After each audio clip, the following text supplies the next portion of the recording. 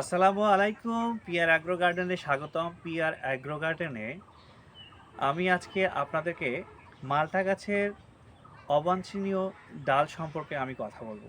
যে ডালে কখনো ফুল ফল হবে না, হলেও খুব বেশি ভালো ফলন হবে না, এবং যে ডালটি মাল্টা গাছের জন্য ক্ষতিকর।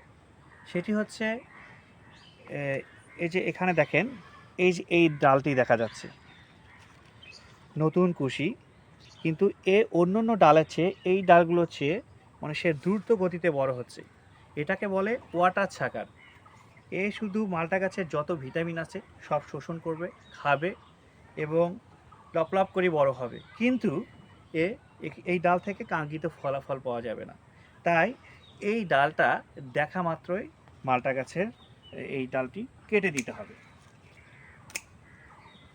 দর্শক, আজকে ওয়াটার সাকার সম্পর্কে কথা বললাম। এরপর নেক্সটে আবারও কোনো ভিডিও নিয়ে আসবো ইনশাআল্লাহ। সকলে ভালো থাকবেন। আল্লাহ হাফেজ।